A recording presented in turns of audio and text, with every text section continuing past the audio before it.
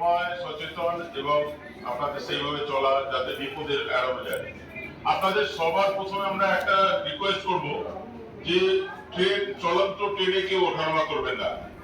হয় কি টিকিটটা হাতে নিয়ে এবং বাচ্চা সঙ্গে লোককে নিয়ে দৌড়ে দৌড়ে এসে সবাই ট্রেনে উঠতে যায়, ট্রেন ছেড়ে দিয়েছে।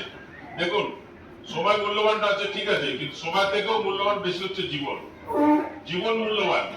আপনি একটা ট্রেন পরে যাবেন, কিছু মহারত অসুস্থ হবে না, কিন্তু আপনি দৌড়ে এসে ট্রেনে উঠতে যাবেন, সেই মুহূর্তে একটা অ্যাক্সিডেন্ট হয়ে গেলে আপনার এখন খুব ফাস্ট গাড়ি আইসিএফ কোচ খুব তাড়াতাড়ি রানিং হয়ে যায় ছাড়ার সঙ্গে সঙ্গে। আপনাদের রিকোয়েস্ট করবো চলন্ত ট্রেনে কোনো অবস্থাতে ওঠানামা করবেন না, সময় হাতে নিয়ে আসবেন এবং সেইভাবেই যাতায়াত করবেন। এটা এক ফার্স্ট। দ্বিতীয় কথা হচ্ছে এক প্ল্যাটফর্ম থেকে অন্য প্ল্যাটফর্মে যাওয়ার জন্য আপনারা বহু লোককে দেখা যায় তো এই বাড়ি লাগিয়ে যাচ্ছে তো আমি ট্রেনে নামছি। আপনি নামছেন কিন্তু এখন হয়ে যাচ্ছে কখন থ্রু গাড়ি আসে, মেশিন গাড়ি আসে, এখানে এলএইচএস এর কাজ চলছে, হয়েছে গাড়ি যাচ্ছে আসছে, সবসময় হয়তো অ্যানাউন্সমেন্ট হয়ে ওঠে না, ঠিক আছে? তো আপনাদের বলবো যে এক প্ল্যাটফর্ম থেকে অন্য প্ল্যাটফর্মে যাওয়ার জন্য ফুটওভার ব্রিজে ব্যবহার করবেন এবং যেখানে আন্ডারপাস আছে আন্ডারপাস যে রাস্তা আছে সেটা ব্যবহার করবেন। লাইনে কেউ নিচে নামবেন না, যে কটা ইনসিডেন্ট হয় ওইভাবে হয়, ঠিক আছে? আপনাদের এটাও একটা রিকোয়েস্ট। আর আপনি আপনার যাতায়াতের মাধ্যমে ট্রেনে এবং প্ল্যাটফর্মে এবং কোনো জায়গায় বেড়াতে যাচ্ছেন কম্পার্টমেন্টের মধ্যে আপনার কো প্যাসেঞ্জারের সঙ্গে আপনার আলাপ পরিচয় হয়। আলাপ পরিচয় হতে হতে আপনারা কি করেন, কারোর দেওয়া কোনো খাদ্য খাবার পানীয় গ্রহণ করেন, কেউ প্রসাদ দেয় বলে প্রসাদ খান, এটা তারা পিটিয়ে দেখান তা কি হয়, বেহুশ হয়ে যায়। যাওয়ার কথা হাওড়া, চলে গেল নবদ্বীপ, জিনিসপত্র গায়েব। তো বাসে অন্য প্যাসেঞ্জারও জানতেও পারে না তার সঙ্গে কি ঘটেছে, বেহুশ হয়ে যায়। তাই আপনাদের বলবো যে যার নিজের খাদ্যদ্রব্য পানীয় বাড়ি থেকে নিয়ে এসেছেন সেটা খাবেন, নচেত রেলের যে স্টল আছে ওখান থেকে নেবেন, কারোর দেওয়া খাদ্য পানীয় কোনো কিছু খাবার খাবেন না। এটা সব থেকে আগে বলবো আপনাদের সচেতন থাকবেন। অনেকে অনেক রকম ভাবে চিটিং করে, সেই চিটিংটা এড়িয়ে চলুন, ঠিক আছে? আর একটা জিনিস, লেডিস কম্পার্টমেন্ট হচ্ছে ইউলু কোচে সামনে পেছনে আছে 2 নম্বর কোচ। তো কি হয়, ওটা মেয়েদের জন্য, তো মেয়েরা ওতে যাতায়াত করতে স্বাচ্ছন্দ্য বোধ করে। আপনারা পুরুষ যাত্রীরা ওই কম্পার্টমেন্টে অ্যাভয়েড করবেন। হ্যাঁ, যদি হয়তো কেউ ভুল করে রানিং এ উঠে পড়েছেন, পরের স্টেশনে আপনি চেঞ্জ করে নিন। রানিং আমি কাউকে নামতে বলবো না, পরের স্টেশনে চেঞ্জ করে নিন, ঠিক আছে? ভুল হতেই পারে। লোকাল ট্রেনে আর একটা কম্পার্ট হয় ভ্যান্ডার কম্পার্টমেন্ট। ভ্যান্ডার কম্পার্টমেন্ট কিছু সাধারণ যাত্রীদের জন্য নয়। ভ্যান্ডার টিকিটের যারা ফেয়ার যারা দেন, যারা যাতায়াত করেন তারা জানেন ভ্যান্ডার টিকিটের ফেয়ার এমনি টিকিটের ফেয়ার থেকে অনেক বেশি। ওরা মাল নিয়ে যাওয়ার জন্য দেখবেন ওতে মাঝখানে আপনার পোলও নেই, মানে খাম্বা নেই, মানে বড় বড় ঝাঁকা বা জিনিসপত্র ঢোকানোর জন্য এরকম করা আছে।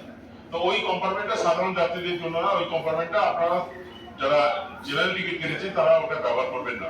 মেল এক্সপ্রেস ট্রেনে একটা কম্পার্টমেন্ট হয় যেটা হচ্ছে ডিসেবল কম্পার্টমেন্ট। সেটা শারীরিকভাবে যারা অক্ষম, যারা শারীরিক প্রতিবন্ধী তাদের জন্য ডিসেবল কম্পার্টমেন্ট। সেই ডিসেবল কম্পার্টমেন্টটা ভিড় এড়ানোর জন্য অনেকে গিয়ে ওঠেন, বলে ধরো কোনো জায়গা পাইনি এখানে উঠেছি। এটা অজুহাত চলবে না। অজুহাতে কি হবে, আমরা মানে নিরুপায়। আপনি এখান থেকে উঠলেন, আপনি নবদ্বীপ থেকে উঠেছেন, এখানে ট্রেন ঢুকছে, তার মধ্যে কেউ কমপ্লেন করে দিলেন, আমরা আপনাকে নামিয়ে কেস করতে হবে। রেলের একটা কেস আছে যেটা ডিসেবল কম্পার্টমেন্টে চড়ার জন্য আপনাকে, আমি টিকিট থাকলে আপনার রেজিস্টার আমার কেস করতে হবে। আপনি দেখে নেবেন রেলের এরকম অভিযান আছে, ঠিক আছে? তো আপনাদের বলবো এই ডিসেবল কম্পার্টমেন্টে অ্যাভয়েড করবেন। এখন ট্রেন অনেক উন্নত হয়ে গেছে, একটু স্মোক হলে ধোঁয়া হলে গাড়ি দাঁড়িয়ে যাবে। কেউ ট্রেন কম্পার্টমেন্টে বা রেল পরিসরে কোথাও প্ল্যাটফর্মে কোথাও স্মোক করার চেষ্টা করবেন না। স্মোকিং নিষিদ্ধ, সম্পূর্ণভাবে নিষিদ্ধ। যতক্ষণ আপনার নোংরা করতে পারবেন না, নোংরা করলে বা স্মোক করলে আমরা তার এগেইনস্টে ব্যবস্থা আমাদের নিতে বলছি। একদম আমাদের মানে বই দিয়ে দিয়েছে, সেই আমরা আপনার রসিদ আপনাকে দেবো এবং সেই টাকাটা রেলের কাউন্টারে জমা হবে। তো আপনাদের বলবো যে আপনারা কোনো অবস্থাতেই প্ল্যাটফর্ম পরিসর নোংরা করবেন না, ট্রেনে নোংরা করবেন না, যেভাবে বলা আছে সেইভাবে মেনে চলবেন। আবর্জনা ফেলবেন না, যেখানে সেখানে খাবার দাবার খেলেন, খেয়ে ফেলে দিলেন আর নোংরা হলো জায়গাটা, ঠিক তো?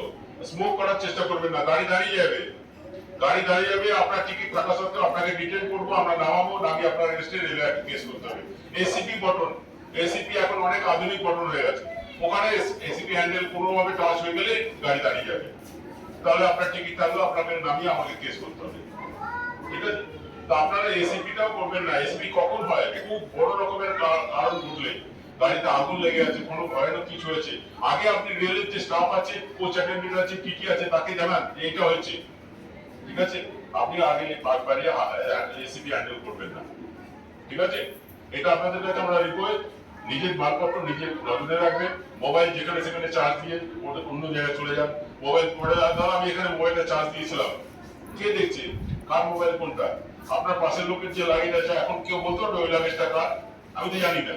তা যে লাগেজটা যার আছে সেই জানে, তো আপনাকে খেয়াল রাখতে হবে আপনার লাগেজ কোনটা। ঠিক আছে, তো এইসব অনেকগুলো কারণ আছে। তাছাড়া এমনি সিকিউরিটি হেল্পলাইন একটা আছে, আমাদের 139 আছে, যেটা রেল সচেতনতা আপনাদের কোনো রকম হেল্প করার জন্য আমরা এটা, কিন্তু এইটা কোনো এ না যে আপনি শখের বসে একবার ফোন করে দিলেন দেখি তো কোনটা লাগে কিনা, তাহলে কিন্তু আপনার পেছনে পড়ে যাবে।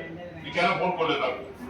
সবাই তো একটা কন্ট্রোলে বসে আছে, সে তার ওই 139 কল গেলেই আপনার মোবাইলে সঙ্গে সঙ্গে ট্র্যাক হয়ে যাবে, এই মোবাইল থেকে কল এসেছে এই লোক এই নাম।